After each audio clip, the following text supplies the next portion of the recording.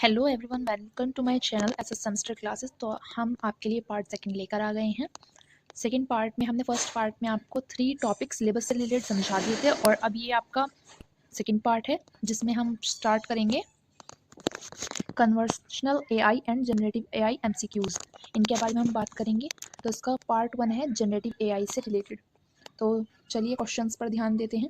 Question number 1 है आपका, generative AI का मुख्य कार्य क्या है। तो जनरेटिव एआई का मुख्य कार्य है नई सामग्री या फिर नया कंटेंट बनाना। ऑप्शन नंबर बी आपका करेक्ट हो जाएगा। जल्द से जल्द हम आपके लिए आपकी दुविधाओं को कम करने के लिए और वीडियोस भी लाएंगे, तो उसके लिए आप लाइक और सब्सक्राइब करें चैनल को, हमें सपोर्ट करें।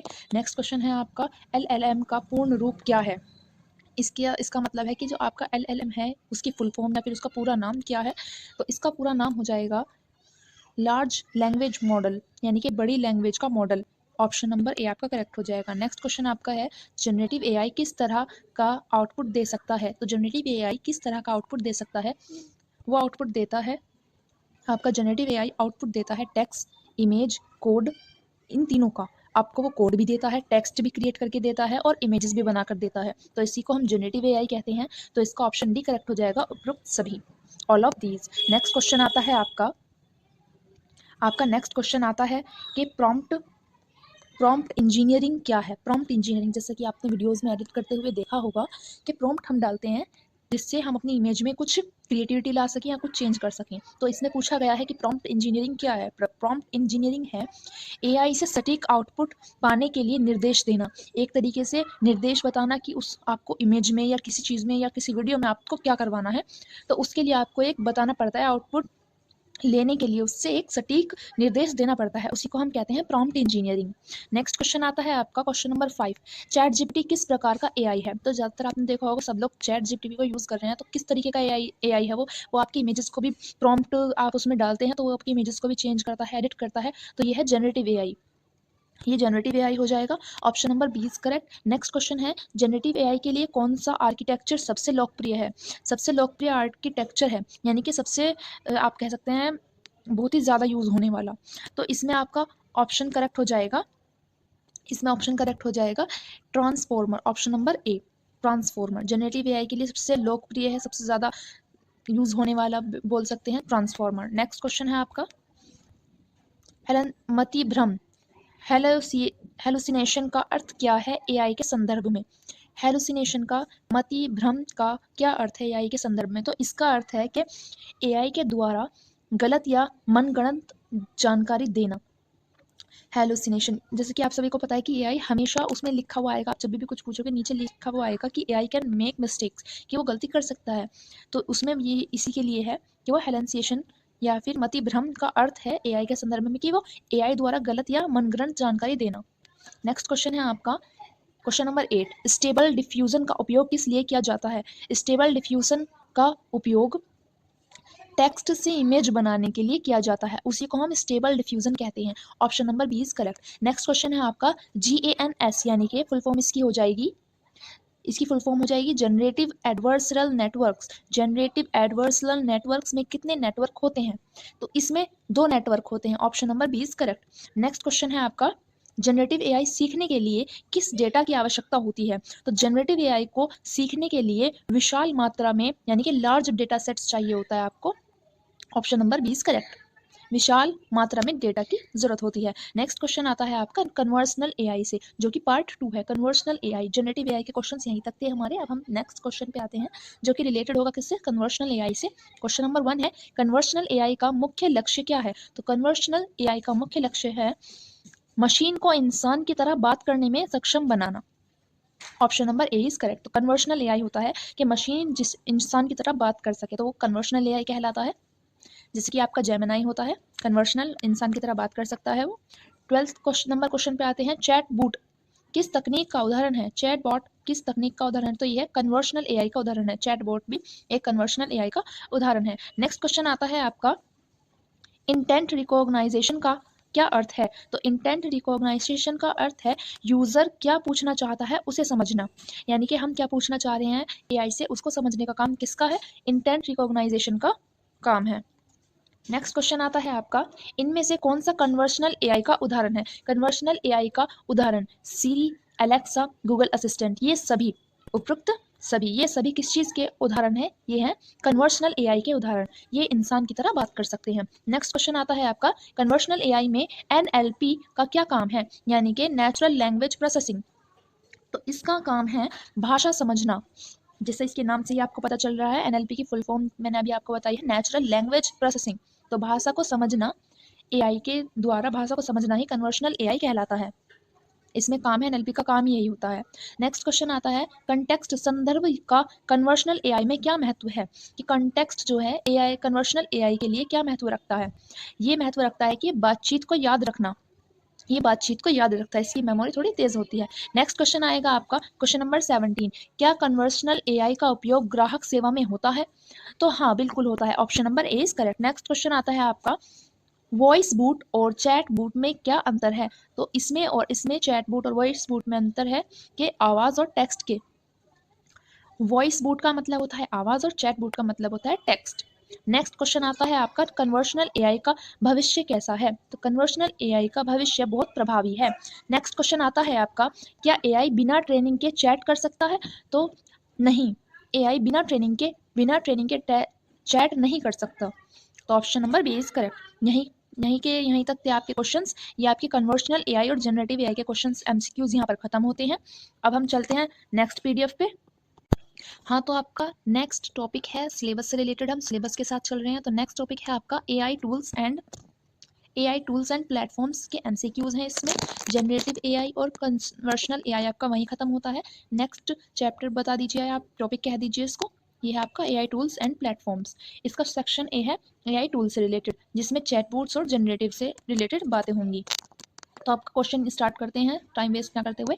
चैट जीपीटी किस कंपनी द्वारा विकसित किया गया है? तो चैट जीपीटी ओपन एआई, कुछ लोग सोचते होंगे गूगल, नहीं, ये गूगल रॉन्ग हो जाएगा, ओपन एआई द्वारा विकसित किया गया है। नेक्स्ट क्वेश्चन आता है आपका, क्लाउड एआई किस कंपनी का उत्पाद है? तो क्लाउड एआई एंथ्रोपिक कंपनी का उत्पाद है, option number A is correct. Next question आता है आपका, गूगल का वर्तमान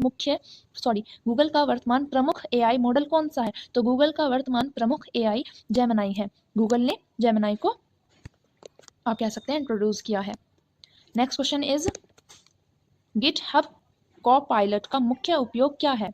गिटहब कॉपायलट का मुख्य उपयोग है कोड लिखने में सहायता करना, option number B is correct. Code लिखने में ये सहायता करता है। नेक्स्ट क्वेश्चन आता है आपका, मिड जर्नी मुख्य रूप से किस लिए प्रसिद्ध है? तो मिड जर्नी मुख्य रूप से टेक्स्ट टू इमेज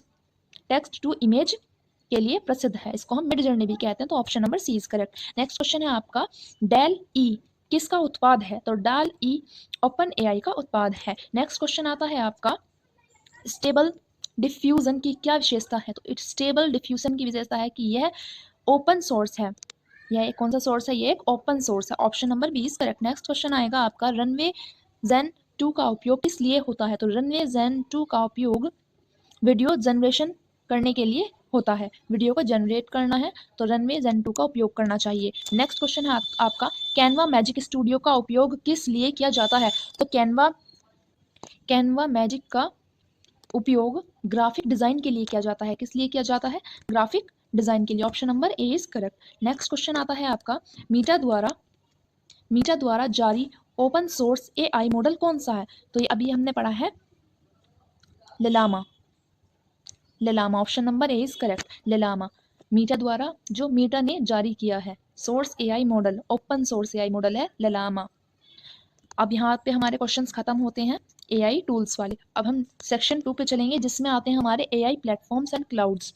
तो क्वेश्चन नंबर 11 है आपका, गूगल का एंटरप्राइज एआई प्लेटफॉर्म कौन सा है? तो ये है Vertex AI, option number B is correct. Next question is, AWS Bedrock क्या है? तो AWS बेडरॉक है जनरेटिव एआई के लिए क्लाउड सर्विस। जनरेटिव एआई के लिए क्लाउड सर्विस AWS बेडरॉक करता है। नेक्स्ट क्वेश्चन आता है आपका, एज्यूर एआई सर्विसेज किस कंपनी की सेवा है? तो ये माइक्रोसॉफ्ट कंपनी की सेवा है, option number A is correct. Azure AI services is a services of which company? Microsoft. Next question is, Hugging Face क्या है? What is Hugging Face? तो हगिंग फेस है एक एआई मॉडल और डेटा सेट का हब। जो AI model और data set का हब है, उसे हम हगिंग फेस कहते हैं। Next question is, LangChain किस लिए उपयोग होता है? तो लैंग चेन एआई एप्लीकेशन को जोड़ने, चेनिंग के लिए उपयोग होता है, जिसको हम लैंग चेन भी कहते हैं। एआई एप्लीकेशन को जोड़ने के लिए, जिसको हम चैनिंग या लैंग चैनिंग भी कहते हैं। Next question is tensor flow किस कंपनी द्वारा विकसित किया गया है? टेंसर फ्लो गूगल कंपनी द्वारा विकसित किया गया है। Option number A is correct. Next question is question number 17, PyTorch किसका डीप लर्निंग फ्रेमवर्क है? ये मेटा का, ऑप्शन नंबर ए, मेटा का डीप लर्निंग फ्रेमवर्क है। Next question is Hugging face hub से आप क्या कर सकते हैं? तो हगिंग फेस हब से हम मॉडल को डाउनलोड कर सकते हैं, डाटा शेयर कर सकते हैं, एआई को कम्युनिटी बना सकते हैं, और उपरोक्त सभी इन सभी चीज़ों को हम कर सकते हैं। तो option number D is correct. Next question is IBM का एआई प्लेटफॉर्म कौन सा है? तो IBM का एआई प्लेटफॉर्म है वाटसन।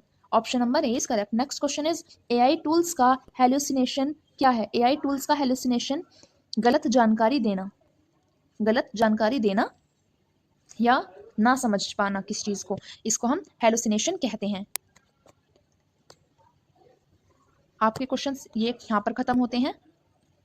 यहाँ पे हमने आपका एक और टॉपिक खत्म कर दिया है, AI tools and platform. Next topic पर हम चलते हैं। तो नेक्स्ट टॉपिक है आपका productivity and content creation tools के MCQs। इसमें हम समझेंगे प्रोडक्टिविटी के टूल्स कौन से हैं, कंटेंट क्रिएशन के टूल्स क्या होते हैं। तो सेक्शन 1 में हम देखेंगे जो कि है प्रोडक्टिविटी टूल्स, यानी कि उत्पादकता उपकरण। फर्स्ट क्वेश्चन इज नोशन का उपयोग मुख्य रूप से किस लिए किया जाता है? तो नोशन का उपयोग मुख्य रूप से नोट्स, प्रोजेक्ट्स और डेटा वेब मैनेजमेंट के लिए किया जाता है। Option number B is correct. Next question is Trello किस तकनीकी पर आधारित है? तो ट्रेलो एक कानबन बोर्ड तकनीक पर आधारित है। Next question is team communication के लिए सबसे लोकप्रिय टूल कौन सा है? तो टीम को कम्युनिकेट करने के लिए सबसे इंपॉर्टेंट टूल माना जाता है Slack. Option number A is correct. Next question is Zapier का क्या काम है? तो ज़ैपियर का काम होता है विभिन्न एप्स के बीच टास्क का ऑटोमेशन करना विभिन्न एप्स के बीच में कहलाता है ज़ैपियर। इसका काम ही यही होता है। नेक्स्ट क्वेश्चन इज असाना का मुख्य उपयोग क्या है? असाना का मुख्य उपयोग है प्रोजेक्ट को मैनेज करना, प्रोजेक्ट मैनेजमेंट, जो कि कौन करता है? असाना करता है। Option number B is correct. Next question आता है हमारा, गूगल वर्क प्लेस में क्लाउड स्टोरेज के लिए क्या उपयोग होता है? तो गूगल वर्क स्पेसिस में गूगल ड्राइव का उपयोग करते हैं हम क्लाउड स्टोरेज के लिए। नेक्स्ट क्वेश्चन आता है आपका, ऑब्सीडियन क्या है?